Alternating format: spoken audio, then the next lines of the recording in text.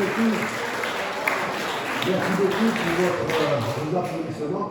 Et je peux vous affirmer qu'avant que nous ne prenions 10 minutes, surtout, ne quittez pas Guindanos.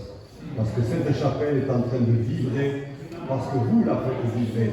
Alors, on prend 10 minutes de repos et on se retrouve à suivant pour la seconde partie. Merci.